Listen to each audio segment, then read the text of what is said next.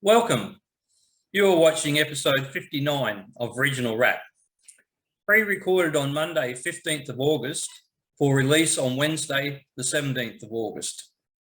Regional Wrap, providing an insight on the issues affecting regional Australia and giving a voice to regional residents.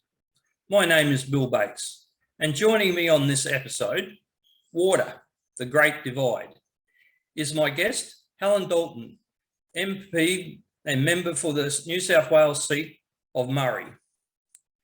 Helen is a third-generation farmer, retired school teacher and mother of four, raised on a wheat and sheep property near the small town in New South Wales of Rankin Springs, some 50 kilometres from north of Griffiths. The frustration of seeing rural hospitals, schools and infrastructure downgraded and much of the region's productive water being sent down the river, spurred Helen into action and gave her the will to pick up the baton of political representation. Helen first ran for the electorate of Murray as an independent in 2015, securing 18% of the primary vote. In the by-election following in 2017, as a candidate of the Shooters, Fishers and Farmers Party, Helen secured 31% of the primary vote. Now, that's normally enough as to get people over the line with the flow of preferences. However, with the seat of Murray firmly in the hands of the National Party for some 35 years, it didn't happen on this occasion. Third time lucky. Again, as a Shooters and Fishers and Farmers Party candidate in 2019, and with 38% of the primary vote and the fall of preferences, Helen unseated the incumbent National Party member, breaking their 35-year hold on the seat. Helen is ever grateful to the army of forgotten Australians, farmers, housewives, teachers, nurses, hunters and tradesmen, and shopkeepers alike, who supported her campaign and delivered her electoral success. And she is determined to deliver for them. Welcome, Helen. Yeah, g'day, Bill. How are you?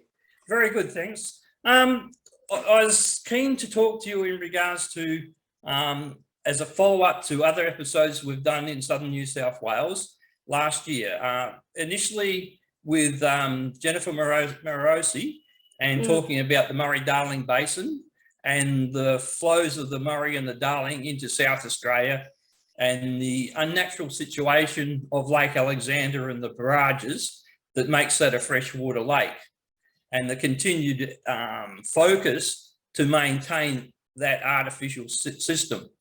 The other follow-up was with Chris Brooks from the Southern Irrigators, and we talked about the sharing of water between the north and the south.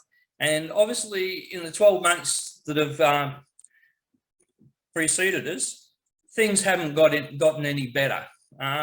So that's basically the reason I want to talk to you today in regards to how we are going with the water situation in lower New South Wales and in Australia in general, because it continues to be a topic all the time. Now, just recently, we've had the situation in Queensland where they're now talking about, because the growing population as a result of the movements of people from New South Wales and Victoria to Queensland, the population increase is well ahead of target, and they're worried about their water situation, especially in southeast Queensland. And the situation is you've got one camp talking about desalination plants and the other camp talking about recycling of water, sewage to drink. But the conversation has never, and even in the Murray-Darling, is never about putting more water in the system. And I think that's a big problem going ahead in the future. If we're only going to talk about the limited resource we've got, rather than adding to it, we're always going to have this bone of contention between where the water falls and where it goes. For sure. No, it's a very interesting topic, water, and I could talk all day about it. But yeah, with climate variability, I think it's really, and population growth, it's, very important that we start to look into the future, and we don't seem to do that. I mean, our federal government has got 3-year terms, and I think they spent the first 18 months bagging out the last government, and then the next 18 months after that campaigning, and nothing really gets done. And I think that's a terrible situation where we don't seem to have visionary policy in this country, and that's what we're calling for. We need to plan for the future.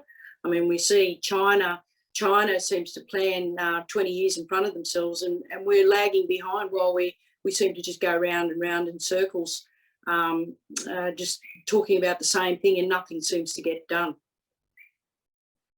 I suppose the thing is, with the short election cycle, especially in the federal sphere, well, actually it can be as quick as 2.5 years if they want to call an early election and that. So now nothing gets done. And it's more a cycle of what can we put out there in policies to harvest votes, rather than what should we do for the nation to actually build it and create more wealth. That's right. So there's, we need to have a conversation about a genuine conversation, and instead of just platitudes.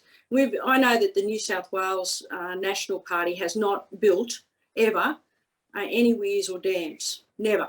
So that's a pretty damning thing when we're crying out for more storages, really, and they've got to be in the right places. One is we should really be looking at is the Clarence River diversion. And that area there, we're seeing Lismore being flooded out pretty much every 18 months. And we're not doing anything about it. We just seem to patch up, although I think this last flood they've had to reassess whether Lismore should be where Lismore is now. But they just patch up and get sorted, and then before you know it, there's another flood and they're in the same situation. We could also look at Burrinjuck Dam, and it's very full at the moment. The dams, or the rivers right now are extremely high in flooding, and we should really look at the wall of Burrinjuck Dam, because it's 100 years old and it needs to be replaced. And there was a scheme where it could be built downstream and quadruple the size of Burrinjuck Dam, and provide a bit more certainty for downstream users. So that's two things. We also need en route storages as well, to give us some flexibility, and that's for flood mitigation as well. So there are places, particularly near Narrandera, where we could have en route storages for the Murrumbidgee, so that we can, as I said, mitigate flooding and also provide water at the beginning of the season. And what I'm talking about the season is saying the irrigation season begins in July, and often we have a very low allocation at the beginning, and farmers are getting ready to plant their summer cropping, and unless they have some assurances that there's going to be an allocation, they can't get on their tractors then and start. Well, they don't want to get on their tractors unless they're assured that they're going to have the water, and that's a big problem, because we're underproducing. Because the government in the last few years, by the time they give us any real allocation, it's in December, and the planting window for cotton and rice and all those other summer crops is long past, and all we'd be growing after December are weeds. That's all, so it's got to be, the timing's got to be better. We've got all the technology in the world to work out things. We should be doing better. In regards to the floods over the last 2 years, has that sort of helped basically west the divide, or has it been sort of marginal compared to what's fallen on the eastern divide? Oh, it's nothing like, up in the Lismore and up along the coast, but we're certainly above average rainfall. We've had, this is our third season of high, good rains. In fact, it's almost too good now. We've got creeks flooding, and I live on a property with a creek in it, and there's water going through that. It hasn't done any damage yet, but even just sowing our crops this year, we couldn't get onto our rice stubble because we harvest that in April, and it started to rain. And normally what we would do is do a cool burn on the stubble. So we'd have to roll it because rice is actually green when it's not dead. The crop, unlike wheat dies and you harvest it. Rice is still alive when you harvest it. So we get in and harvest, and then what we do is roll it so that we can crimp the straw and then put in a cool burn. So as soon as we harvest, we're preparing for the next crop, which we would then sow that same ground with oats. So we're actually getting 2 crops out of the same residual moisture. So 2 crops in 15 months, which makes really make every drop count. But this year, we got our crop off, but it was just so wet, it rained, and we haven't been able to get in and sow. So we've missed out there. And then, of course, there's areas where in dryland where people haven't been able to get on their ground at all. So it's there's some areas where people this is their second year where they haven't been able to plant. So I suppose I sound like a whinging farmer, but that's what makes agriculture so interesting, is that every year you get a whole different set of variables that you've got to work with and try and work around. And here we go again, we're starting to try and get our ground ready to put in our rice, and we can't go anywhere near it because it's raining right now. It's just unbelievable how wet our property is and the district. Well, you won't like this news. I've just noticed they put out a bulletin in the Courier Mail that prepare for another 6 months of solid rain with the La Nina continuing into the new year. So normally we whinge about El Ninos and the droughts that are attached to it. Now this is going to be the 3rd consecutive La Nina, and we're going to whinge about that too. Well, that's right. I mean, the last summer harvest, the winter cereal harvest, which was November, December, was an incredibly testing time for people because it just rained all the time. I mean, my brother's a dry area farmer, and we've got such skilled work, with a workforce shortages that it's very difficult. Once, every rain that we get on a ripe crop is downgrading the grain, and then it'll shoot all the grain was shot in the head, so it germinated in the head and automatically gets downgraded. So the last year looked absolutely fantastic with yields, and it was, but it was all, we couldn't optimise the good price for high quality because it was all shot in the head. But we still did okay. The prices weren't too bad, but you don't have to go to the races to have a flutter. There's no doubt about that. And with our labour shortage here, it's even putting a lot more pressure on farmers. There's a lot of stressed farmers, not just in winter cereal growing, large area irrigation and dryland farming, but also in horticulture as well. People can't get on to spray. There's disease because it's so wet, all those sorts of things. And it's just like a pressure cooker. These farmers are housebound or, can't get out in the field or out in their paddocks. And, and then when the time is right, they haven't got the labour. So they're really working hard. Their families are working incredibly hard to try and keep food on the table for everyone in New South Wales and probably Australia, to be honest. I think, it takes a lot of stars to line up for it to be good for farming. And it doesn't take much in regards to make things go awry. So it doesn't help in forward planning if you can't be guaranteed for those years when nature doesn't provide, that we haven't got the backup of man-made technology and infrastructure that guarantees your ability to farm on through the period. That's right. We've got to have good roads. When we're carting out our grain, we want to have roads that are up to it. We want road train routes, good bridges, all those sorts of things, and good digital connectivity as well.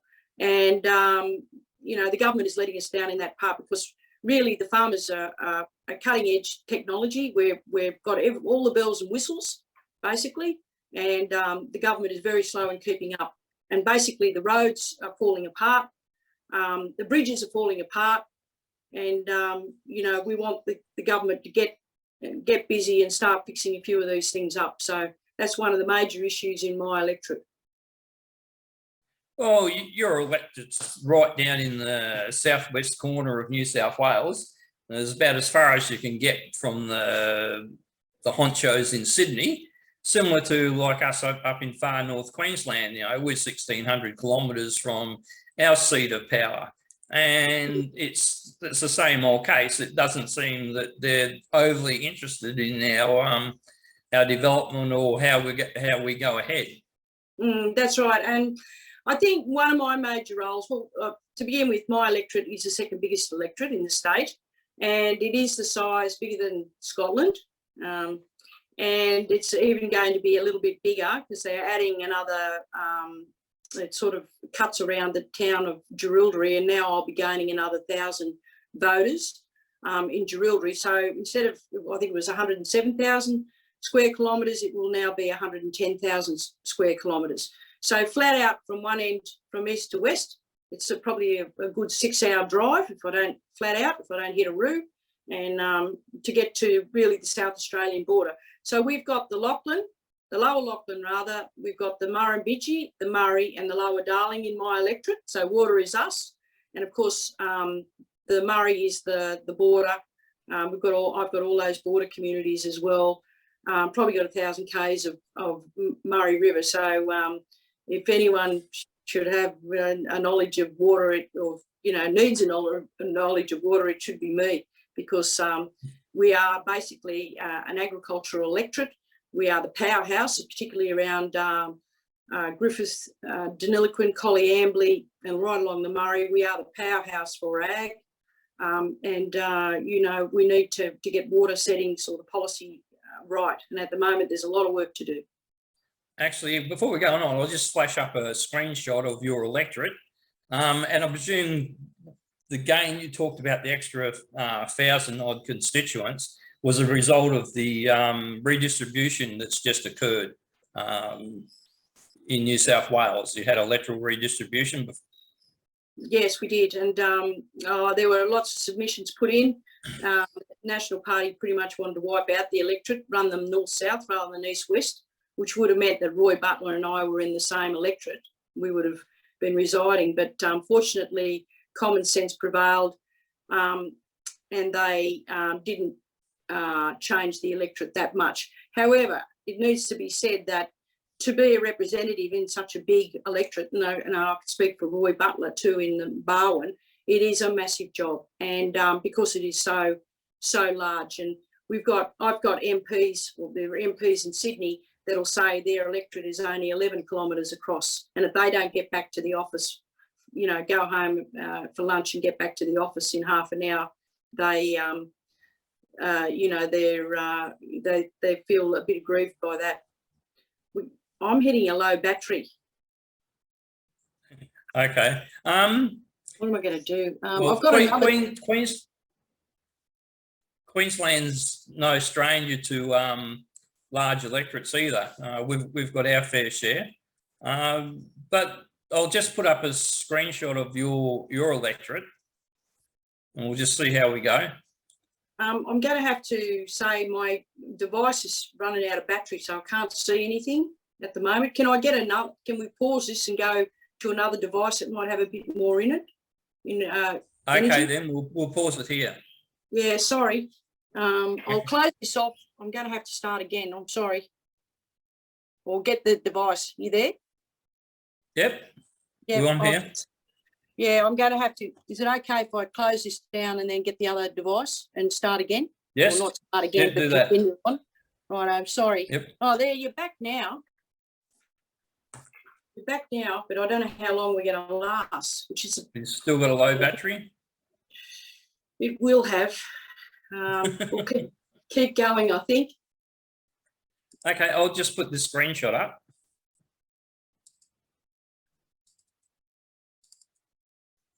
Of course, this is your electorate of Murray. Yep. And of course, you have the southwest corner, and Barwon is the northern sector. Yes. And you run into Albury, Cootamundra as adjoining. But Yep. the thing is, from where you live in your electorate, it's probably quicker driving time to Melbourne than it is to Sydney. Yes, it is. Absolutely. It's only 5.5 hours to Melbourne and 6.5 to Sydney. So yeah, we're kind of really in the middle of nowhere, to be honest. Well, a lot of your trade actually goes to the Port of Melbourne, like with wool, the wool side of it. It goes down to Melbourne to the sales down there rather than over to Sydney, I think. And a lot of other produce actually goes out through Melbourne. It does. Of course, we're a big wine growing area, and I think a lot of produce goes out through the Port of Melbourne. We are wanting to upgrade the Tocumwal or Narrandera-Tocumwal line so that we can double stack, and it's a very flat area down to Melbourne. So as I said to you before, the infrastructure is really important. We want some efficiencies, and we would like that feasibility study. We've got it, but I think the terms of reference with that feasibility study didn't take into a few things. So it was done during the drought as well. And I think right now it should be looked at again so that, we can be as efficient as possible. And we have to, we're going to increase our agricultural productivity through our research and development in the next few years. And we've got, key objectives. So we need to be able to plan for the future and to get this rail line open. And it's the same with the Tullibut Bridge. The Tullibut Bridge was a new bridge was to be built, land acquired, all of that was approved. And the Minister for Transport, Sam Farraway's just pulled the pin on all of that. And Tullibut is just an old wooden truss bridge that was built in about 1925, I believe, and well past its use-by date when you're trying to get road trains and B doubles across. It's actually very unsafe. They are doing some work on it now, but it's a patch-up job. We need new bridges, new roads, upgraded rail, all of those sorts of things. In regards to going forward, just to get the water side of the situation for the Murray-Darling sorted out. The powers that be always seem to be talking about water savings or environmental flows and sort of adjusting allowances thing. There's very little in regards to adding more water to the system. Now, you've indicated that in your regions alone, you can actually add to the water basically if you increase the storage capacity of dams and that you currently got.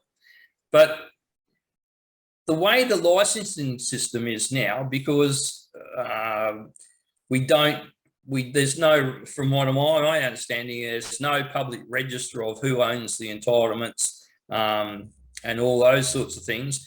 And now we've just had the story released in the last couple of weeks that the value of the Murray-Darling Basin water in regards to water entitlements and licensing is now worth something in the vicinity of $30 billion. Now, of course, that fluctuates depending on how good the years are. So the thing is, when there's less water, it costs more, of course. When there's plentiful water, that's a bit cheaper. But reading some of the figures, it's not really that fantastic. It's still expensive.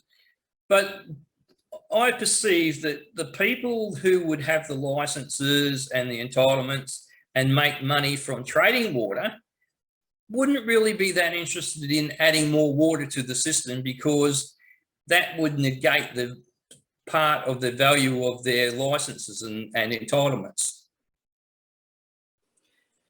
So what you're saying is,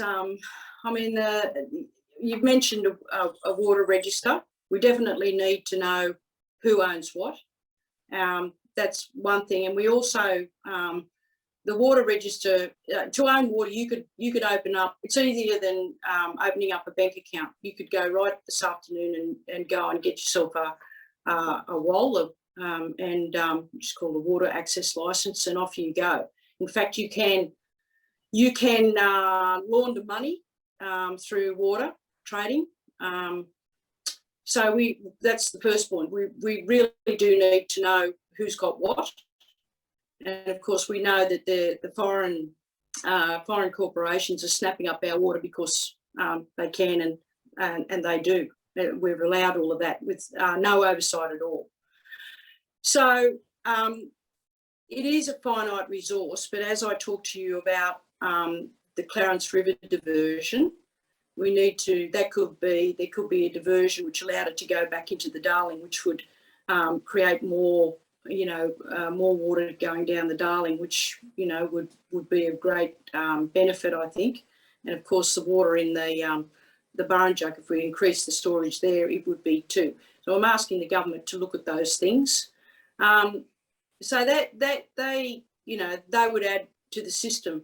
Water is just about, at times during a drought, I can see it being priced out of certain commodities. At the moment, if you're growing nuts, you're making a fortune. The price is really good. And so there's a lot of nut development going on. And it's, a nut is a very, very thirsty tree. I think to produce one nut, I don't know how many litres it is, it's quite a lot.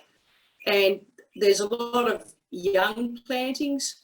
And when they come into maturity, we're going to find that the demand for water from them is going to be massive. When we come into a drought, this is what I can see happening, if I'm going to read the tea leaves, is, there's always a cyclical nature of agriculture, that if the price of nuts goes down, if the price of nuts goes down, then they may not have the deep pockets to buy water, the limited water that they need.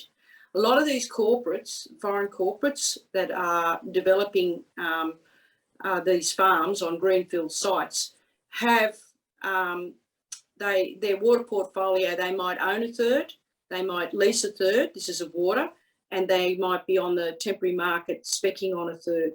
Now, what happens when you're a rice grower is we're general security irrigators, and we're the first to probably not get an allocation because we're the lowest on the list.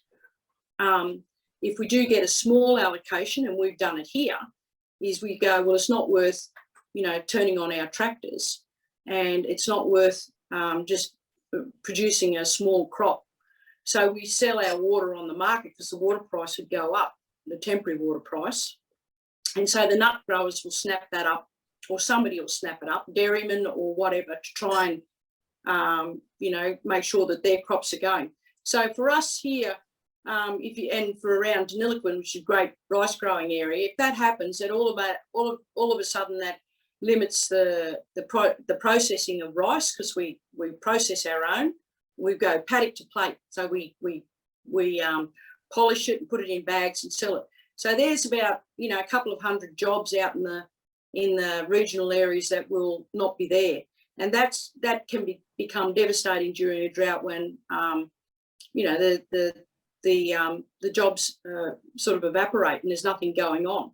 So what we want is a bit more surety with what we're producing, or have that water so that we can have a decent allocation, because that's what the irrigation systems were set up to do, is to actually feed us during a drought.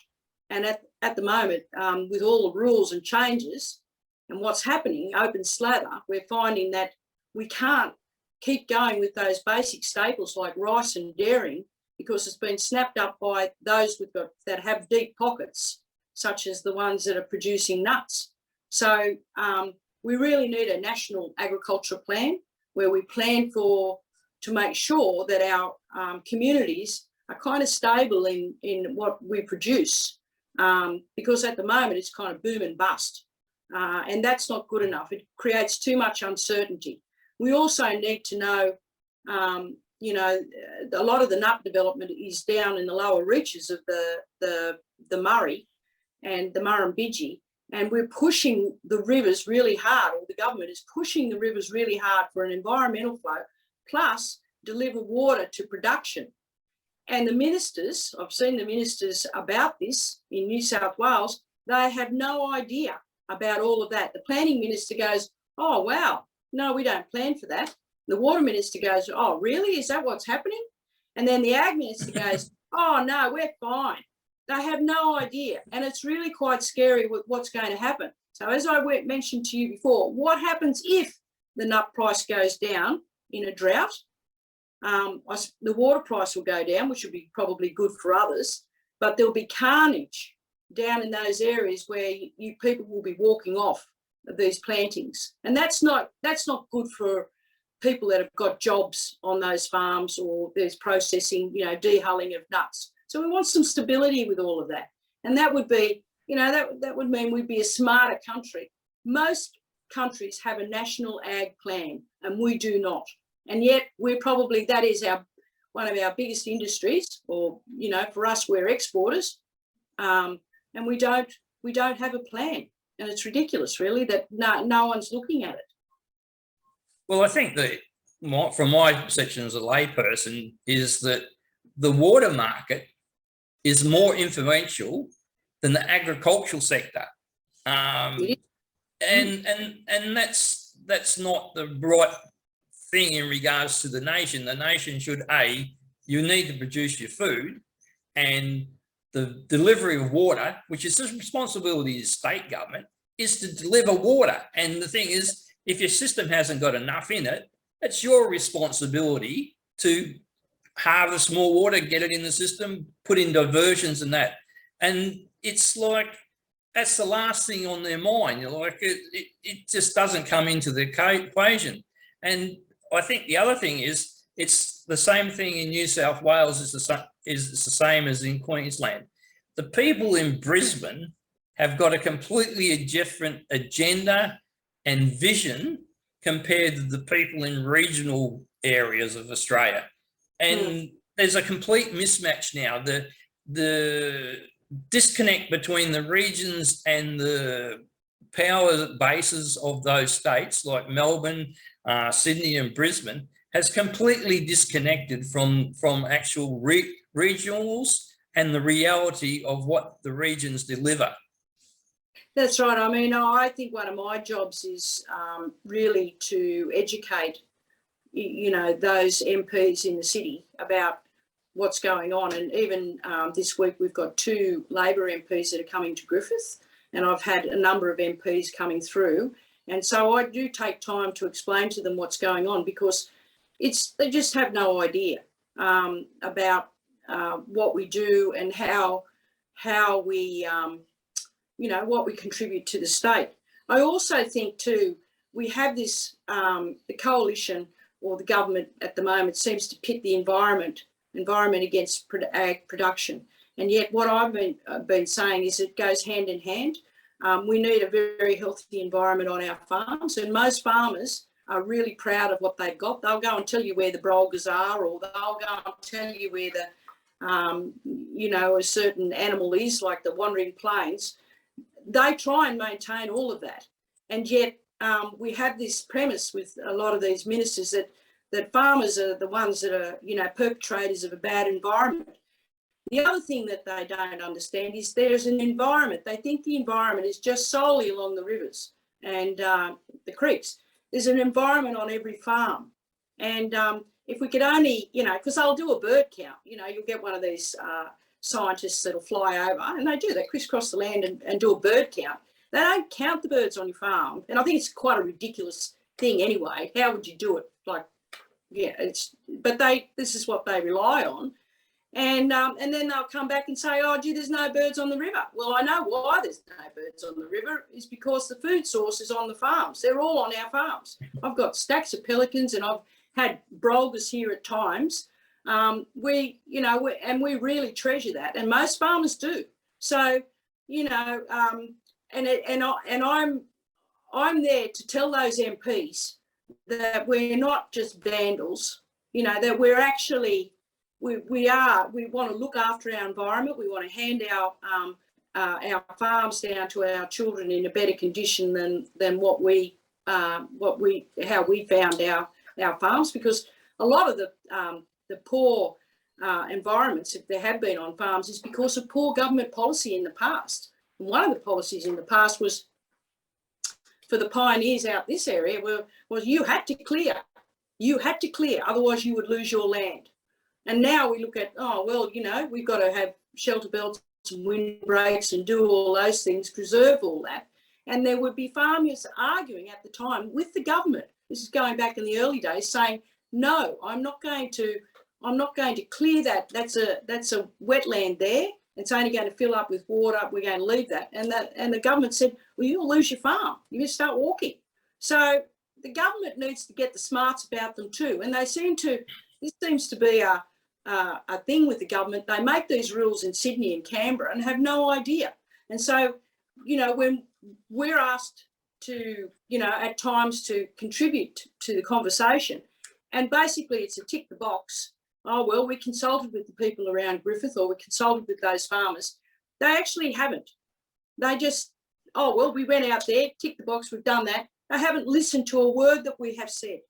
And I just wish they would. So my job is to interact with those ministers and members and say, this is what it should be, right? This is how we should be all working together. And of course, they are all working in their own little patch. They don't talk to one another, which I find absolutely infuriating. They don't have, getting back to that first point I made to you, they don't have a visionary plan. And they've often just come from, they've been a staffer, they went through uni, they were a member of their, political party, they got a job. They've been down in Canberra or Sydney all their lives. They're working their way up through become a well-paid bureaucrat, but they have had no real life experience. They haven't had a job. They've never been over the Blue Mountains. They have no understanding, and they just think the world is centred around Sydney and Canberra. It is not, because basically all our wealth comes from the soil, and it is in their interest, which I said the other day about water in Parliament. It is, because, a lot of these MPs will say, oh, well, not my gig. I haven't got any irrigators. We don't have water problems. Well, if you eat and you're clothed, this is your problem. You should know what's going on. And you should be writing, when you go into your party meetings, you should be talking about visionary policy. But of course, it's easy to go, oh, not my thing. And it should be their thing. Yeah, but the thing is, you're suffering from the same situation as we are in Queensland. I think west of the Divide, I think you only got about eight to 10 state seats. Around the New South Wales, which is that Newcastle, Sydney, Wollongong, Crescent, you've got 73 seats, and that's like Queensland. There's about 93 seats overall. There's about 20 regional seats, and the rest are clustered within 250 kilometres of Brisbane. Now, you're just talking about experts flying over and doing counts. Well, that's the same thing as experts flying over the Great Barrier Reef at 120, 150 kilometres an hour, 120 metres off the surface, and say, oh, yeah, we've checked the reef, it's dead, and that's it, I think it's also the calibre of the experts the governments now rely on to give them information. In the past, we've had experts who actually lived in the forest, worked in the forest, worked on the land, and did all their field research.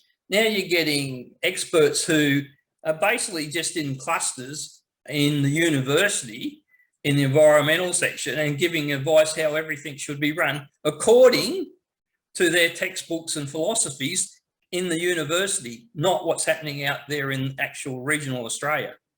Yeah, and there's definitely a place for citizen science, and it's a place for people to get together and report what really is going on. And I think citizen science will really be far more important, and as well, it should be anyway. But it's up to the Minister for Environment and Ag to be taking heed of what people are saying to them, and that's a big problem because they don't know. They don't know. They're not living and breathing the environment like we are.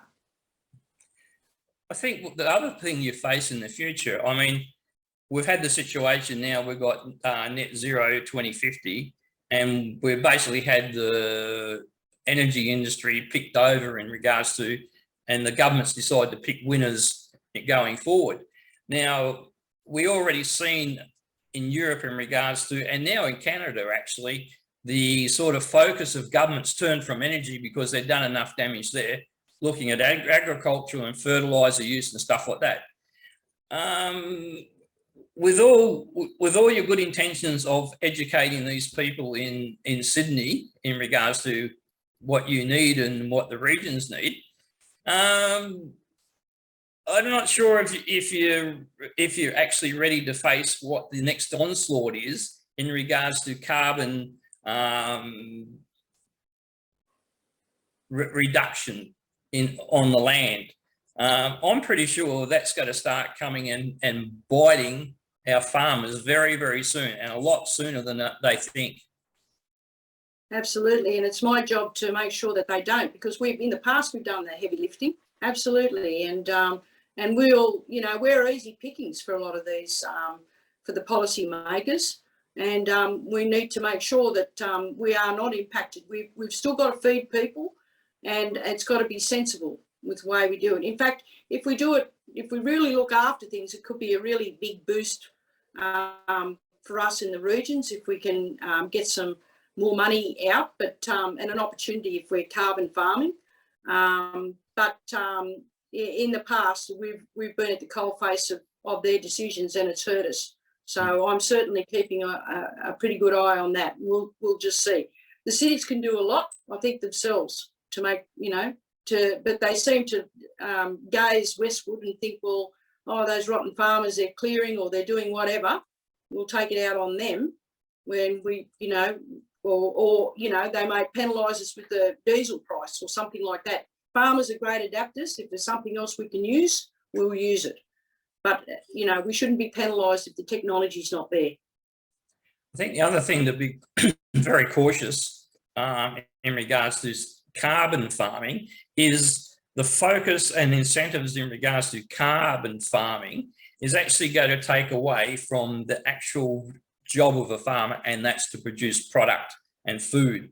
I had an interview with Professor Eckhard from Melbourne University, and he was talking about carbon credits and things like that. And he was very adamant that farmers need to be very, very cautious in going into this carbon farming and selling carbon in their land, because it sounds very good. You get a cash incentive, but you also get an ongoing obligation to maintain that carbon level. And what happens if you have a couple of bad years of drought, that carbon's gone. And what will happen, depending on the methodology of measuring that carbon, farmers are suddenly required to buy carbon credits to make up that shortfall, and that can be very devastating. And I think it's a word of, it should be something that farmers and people looking after the agricultural sector need to be very wary of moving into the future. Absolutely, I couldn't agree more. And they have to get the measuring. They where at depth they measure the carbon as well. And and in many areas, if you're in a semi-arid area, it's very, very difficult to build carbon when it's dry. I mean, years like now, there's a lot of vegetative matter, and everything's growing, and the worms are doing their things, and the critters in the soil are doing their thing. But where I'm from, it's a semi-arid area. It's very, very difficult to do that. So we need to be very careful that we do not penalise our farmers, and that farmers have the smarts about them too, and not get themselves into trouble, because often, if you're a so-called progressive farmer, you might get yourself in strife if too early. before this thing is all bedded down, or before the trading. And of course, carbon trading could be, like water trading is pretty much unregulated. If it's the same with carbon, it can be a real mess. And I think if you've got a trading market of some sort, it's got to be regulated to some degree. I think Professor Eckhard really pushed the point that you only stay within the Australian government carbon market and control system. Don't dare go and get involved with international type or outsiders in regards to selling your carbon to some outside organisation.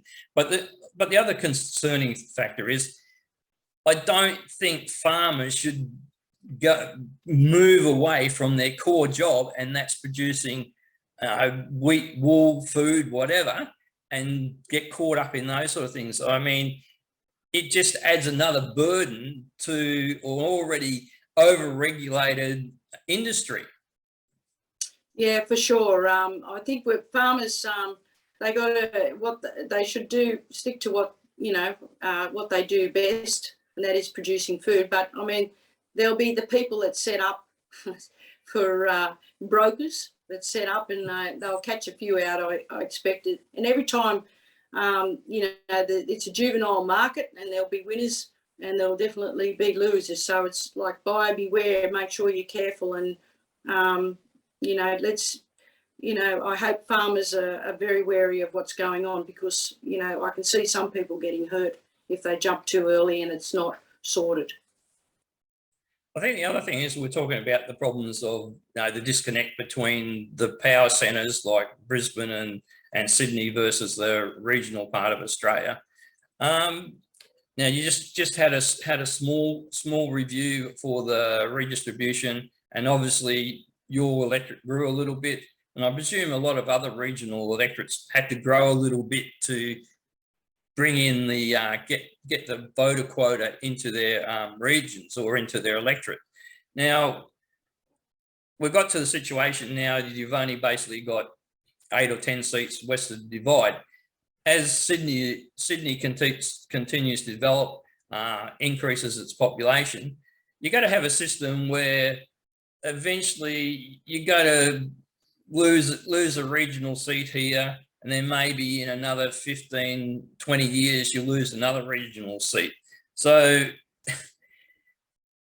harping on another subject, your chances of educating the people in Sydney in regards to what the regions need, I think's a tough ask.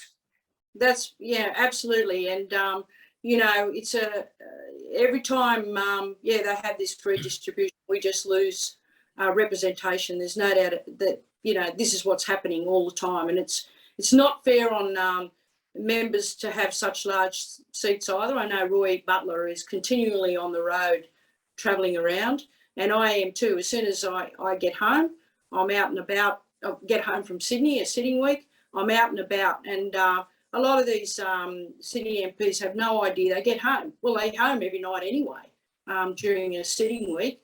And they just can't even get their head around the distances. And yet, if it was a proper or true democracy, we wouldn't have these large seats. There'd be some other method of making sure that we have proper representation.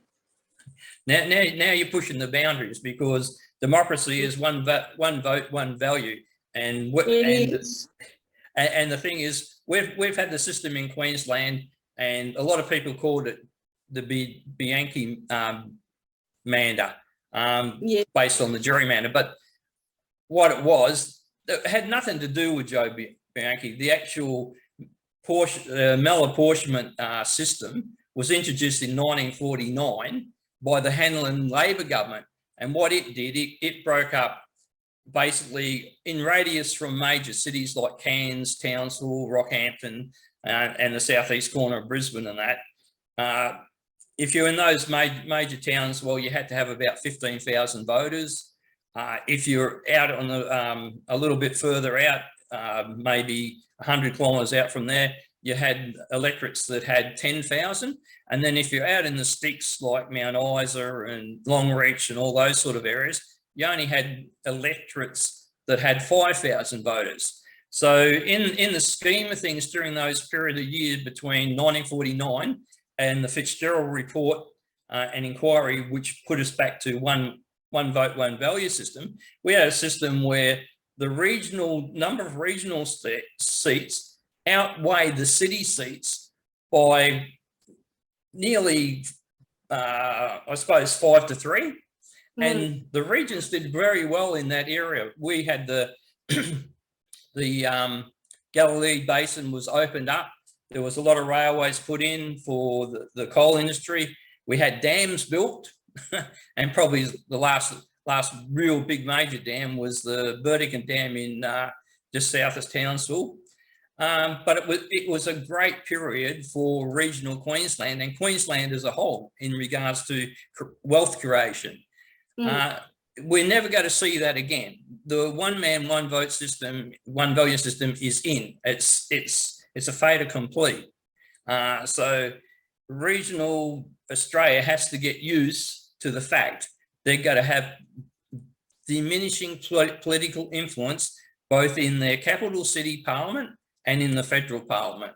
There's no two ways about that. The only alternative, there's a constitutional ability to change the system, and it's called create a new state.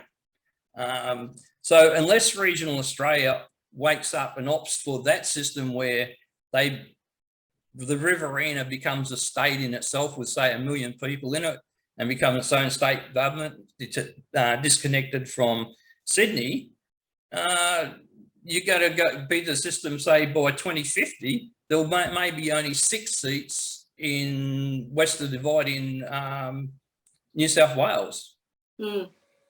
That's right. So, and they certainly talk about, seceding and having a Riverina seat. There's quite a lot of people, if you go along the border, they talk about it, and in the seat of Federation where down in south near Albury, they talk about it. But you're absolutely right. But I think it's so unfair because, as I said to you before, all our wealth comes from the soil, and yet we don't have the capacity to kind of to make some of the rules for ourselves. So for the betterment, we're at the mercy of the Sydney MPs that decide yes or no, and yet we're feeding the Sydney MPs and we're creating so much wealth for the country, and yet we have limited say. And I don't know where it's going to end. And I think it's a very, you've painted a very gloomy picture, but I think you're probably right. Unless somebody can come up with a different idea about how we can have a fairer system. I think the other thing is, in regards to the Riverina and New England for that matter, and even in northern Queensland and central Queensland, even prior to Federation, there were separate colony movements and things like that. And the Riverina was one that sort of, I think there was some famous meetings on the banks of the Murray River in regards to separate states for the Riverina. And of course, you had the situation in New England where they actually got to a situation where the New England New State movement, with its influence on the then Country Party, actually got the Askin government to give them a referendum on a separate state. And that was held in 1967. But unfortunately, the way the boundary was drawn, it included all of Newcastle and right down to Lake Macquarie, areas that had no affinity with New England. So those ballot boxes came in with maybe 15% of the vote for. So in the end, the vote was lost about 160 odd thousand votes to 190,000 odd votes. So, and it was only those Newcastle seats that or ballot boxes that really made the difference. I think there's still a little bit of discussion, but a lot of people just put it in the too hard basket. But I think eventually, when it dawns on the people of the regions that you've got 1 million people, but you've got exactly zero political influence, you have to do something different because it's insane doing the same thing over and over again and getting the same result. Right, absolutely. Mm. If I just move on in regards to your picking up the cudgel or the baton for politics, you're a bit of a late starter there. You sort of didn't go through the normal thing of going to university and getting a job at the local member's office and becoming a party stalwart and all those things. And so by the time you're 30, you had half a branch behind you in regards to getting to become a candidate for your party. So can you give us a bit of an idea, all right, how you decided enough's enough and picked up the baton for political office? Yeah, sure. I guess I was involved with Rice Growers Association, and I was helping devise an environmental plan or formulate an environmental, 5-tier environmental plan. And so that, I was really interested in doing that. I had a native plant nursery, so I used to do a lot of propagation and design shelter belts and windbreaks for farmers. So I'm really interested in environmental, all things environment and the way we can integrate into ag. I will say I have an advanced diploma in ag and also a diploma in horticulture, and a diploma of education. So I've got all those things. And I did the nursery at home because I had 4 children in 6 years, so I really couldn't get out and do much teaching. And I just thought, well, I'll just start. We needed a lot of native veg here. We wanted to do windbreaks and shelter belts, and so I just started doing it, and it became quite infectious. So then the next step was to go to RGA, Rice Growers Australia, and help with this environmental plan, which I did. And then I applied. Meanwhile, the kids are getting older.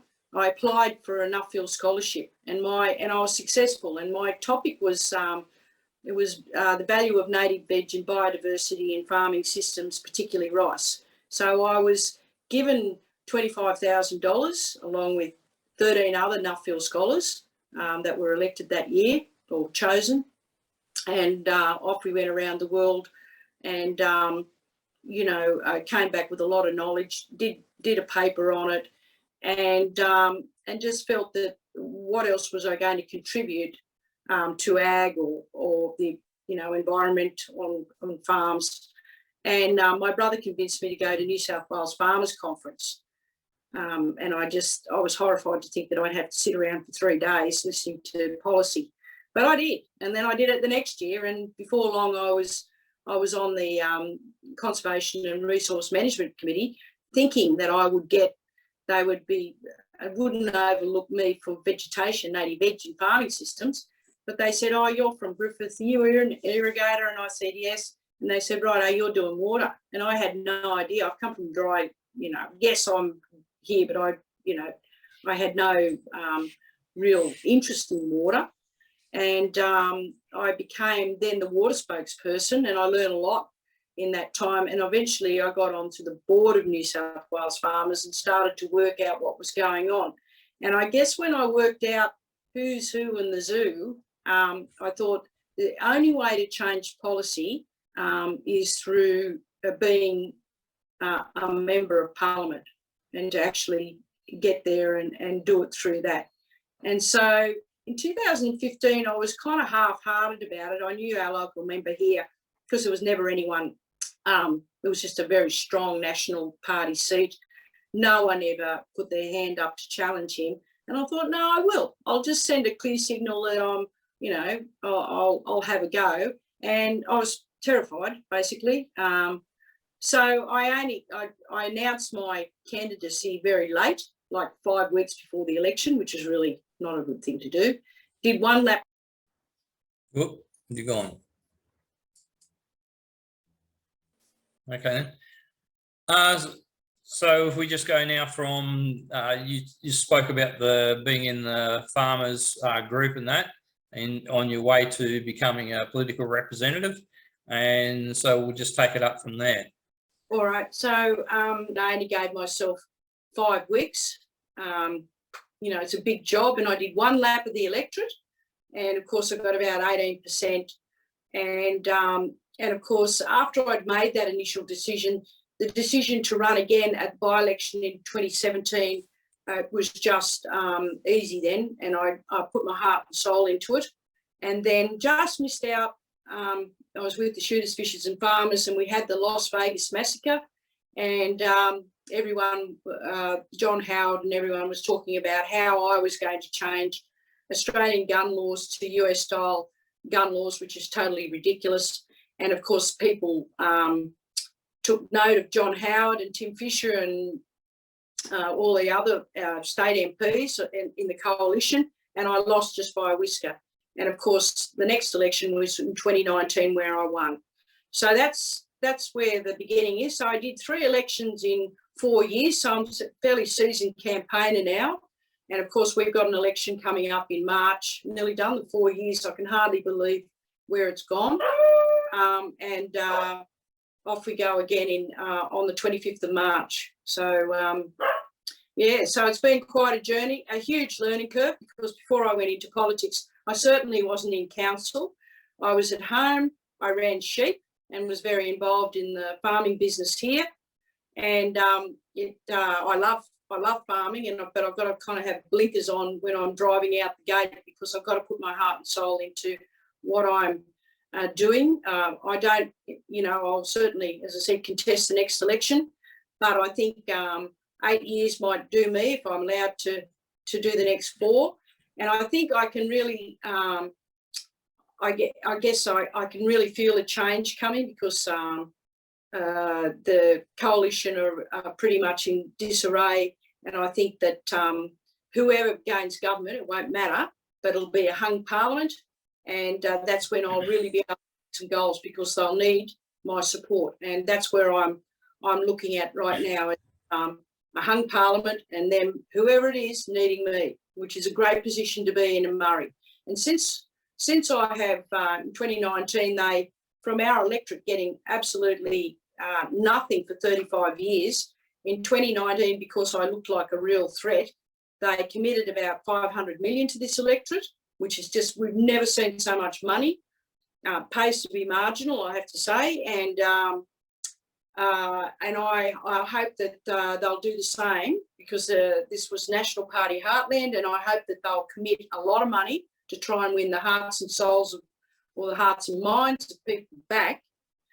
Obviously, I want to win, but I'm hoping that they'll really pour money into the most needed things across our electorate, which I'm highlighting, and I'll continue to highlight.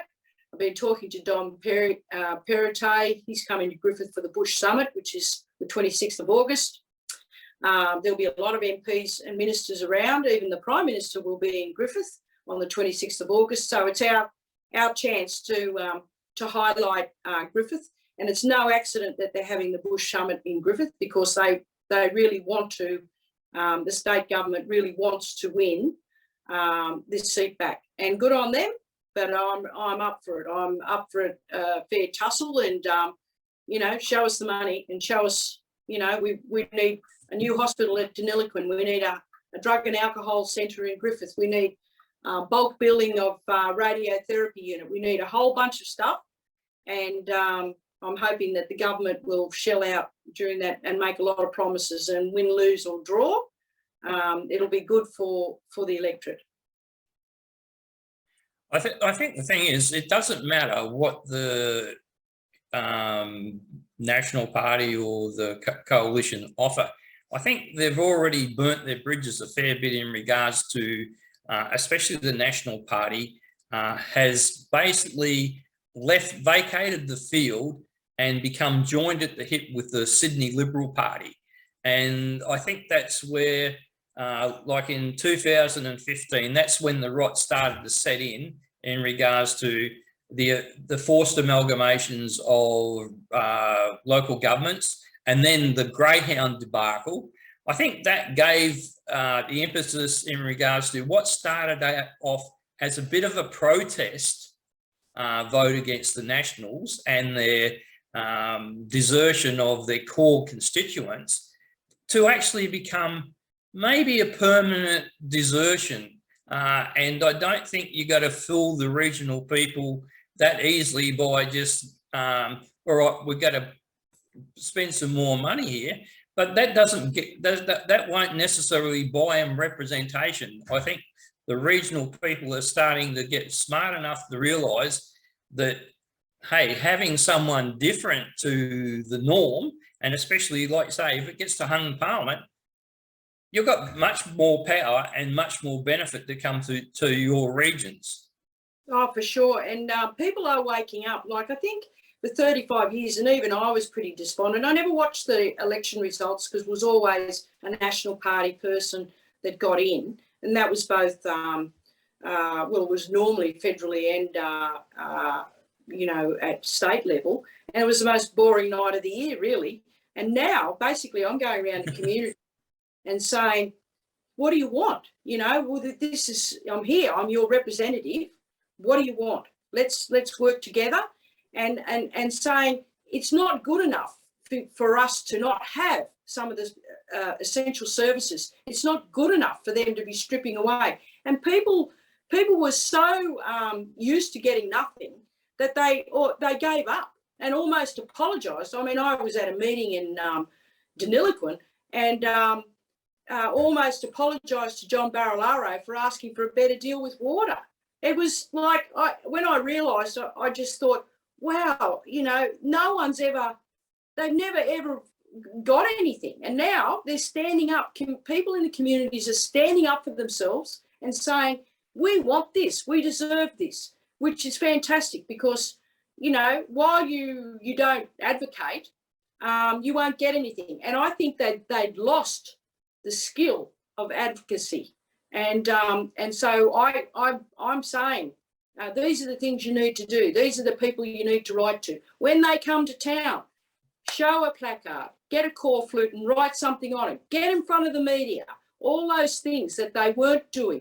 And now, you know, they're certainly, they're waking up and they're rising up. And that's a very, very good thing. And, of course, the more, I guess, in a way, the more successful we are and the more money we get in, the more impetus they have in saying, well, we can do this. We can, you know, we can really advocate for this. Let's get on with it, which is fantastic. I think the other thing is too, now the National Party can't take their old historic voters for granted. That's gone. It actually requires them to represent their constituents, not just, you know, playing lip service. So one of the interesting things is, I think there's fertile ground for other parties to actually, and independents to come into the field, especially in regional areas like regional Queensland and regional New South Wales. Now, it's interesting in your case, you started off as independent. You ran with the Shooters and Fishers for two elections and were successful in your third attempt. Since then, you're now part of the Ways with the Shooters and Fishers party, and you come back to independent. Now, a very successful independent in the federal sphere is Helen Hayes from Indigo, in Victoria, the federal seat. She displaced Mirabella, who had been a long time incumbent Liberal in that seat. And then in, I think it must have been 2015, she lost the seat. But Helen Haynes has gone from strength to strength as an independent in that seat. And well, it's basically because she's brought the whole community with her. And that's what's on offer for people like yourself in the future as well. Well, that's right. It was actually Cathy McGowan that won the seat from Sophie Mirabella. And Cathy, she certainly paved the way for independence. And even when I was running as an independent in 15, I got a lot of pushback from people going, what can you do? You know, you're not with a party, what can you possibly do? And I didn't really have an answer for that because I wasn't really particularly politically savvy. at all. And I go, well, you know, what's being delivered to you now? It can't be any worse. Or I would say, oh, look, it's not a lifetime commitment. Just give me your vote. Just give me your vote this time. You can vote me. If I'm no good, vote me out in 4 years' time. And it was a big deal for people. It's like supporting a footy team. You know, you've supported that team all your life. You wear the colours and you're proud of that team, regardless of whether that team wins on the weekend or what they do, whether they behave badly. You still keep supporting that team. And I'm saying, no, don't support the team that's not looking after you. If they've turned their back on you, you turn your back on them. And I think we've seen how powerful really independents have become, particularly Cathy McGowan and then her successor, which is Helen Haynes. And we do set the agenda for a lot of things. You see the independent Alex Greenwich, he has achieved the voluntary assisted dying bill, which I was a co-sponsor of, and also the abortion bill. No one else could have done it. And he was an independent. And he's set to bring up other issues too that no one else will talk about. Labor won't talk about it, and neither will the coalition. So it's setting us up so I can do the same thing. And that's what I'm looking forward to really represent the seat of Murray. No holes barred, just get into it and do it. And instead of, you know, the National Party just basically tiptoed around the issues and never addressed anything that people were doing. And of course, or what the government was doing. And people had just given up. Well, now, no, we do not give up. We keep advocating very strongly for that, for a better deal. I think that's all very well in regards to the independence and doing your best for your own region, but sometimes there has to be a bigger picture. And if you don't have that connection with your fellow MPs, especially regional, it can get a bit splintered. I mean, obviously, the split between northern New South Wales and southern New South Wales over the water obviously became a problem for yourself in regards to staying with the shooters and fishers. But it's only if you have dialogue with all your regional members that you can get a better deal for the regions overall, and a big picture win, rather than a lot of individual, you know, point scoring. Yeah, for sure. And I'm happy to work with anyone. I'm working with Joe McGurr at the moment on a petition. We want bulk billing, or out, you know, for the government, the state government, to pick up all the out-of-pocket expenses for a radiotherapy unit in Griffith and Wagga. I'm happy to work with them, but it's very difficult to get MPs because they, you know, to work together. But I'm certainly open to do that. The water issue is about, you know, between the north and the south. It's about the erosion of our water rights in the south. So, and it's about us keeping within the what they call the cap, which is the extraction limit, and the north not having to abide by that law. And the law is across the state. However, there seems to be a bit of a difference of opinion about what the law holds. So they're taking more than their fair share of water. And so that division hasn't been cultivated by me. We've just woken up and say, well, to the Minister for Water is the one that's supposed to be the Minister for Water across the state, not for a select few in the north that get a hand up. And it's at the detriment of us in the south on our food production, on the health of the rivers, particularly the Darling, and about running the Murrumbidgee and the Murray hard to make up that shortfall that should have gone down to through the Darling down into South Australia. So, and I won't certainly will not move away from that position of representing Murray and making sure that our property right, which is our water right, is maintained. And at the moment, that's not the case. So for 2 years, Murray irrigators, General Security irrigators, were on zero allocation, and that was to do with excessive water take in the north. So a lot's got to be done, and the Minister for Water has got to fess up and make sure he's a water minister for everyone, and that there's a fair deal and within the law. And that's the thing, it is not within the law. And so I'm not going to take a backward step on that. Well, I'm sure your constituents want you to hold firm and deliver for them. And like I say, I really think it's the National Party has lost its credibility in regards to its original constituents, and unfortunately, it's probably going to be a lot of toing and froing between independents, minor parties to take that space in the future.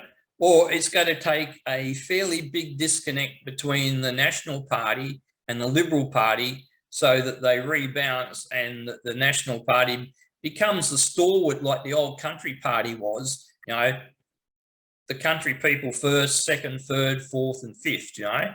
And until we get back to that situation, I think we're going to have a little bit of problem of coherent working together in regional New South Wales and even in regional Queensland.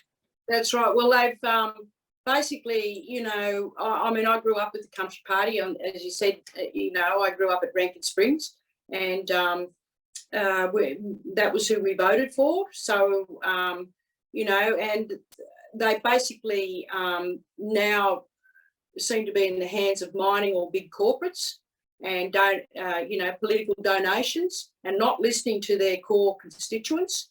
And that's one of the reasons why I guess I ran too, is I couldn't get any sense out of anyone. Why are you letting us down? They've turned their backs on us. So it was time that I offered myself as a reasonable, well, I'd hope a credible candidate and to run. But I'm almost like a reformed smoker now. I just, there's a lot of change that's got to happen to the Nationals before they'll win people's vote back. There's no doubt about that. And one thing, you know, we're seeing this inquiry with John Barilaro. I mean, it just goes on and on and on. It's like lancing a boil. It just keeps, you know, there's a lot of pus in there, and it's just, it's interesting. And people are horrified.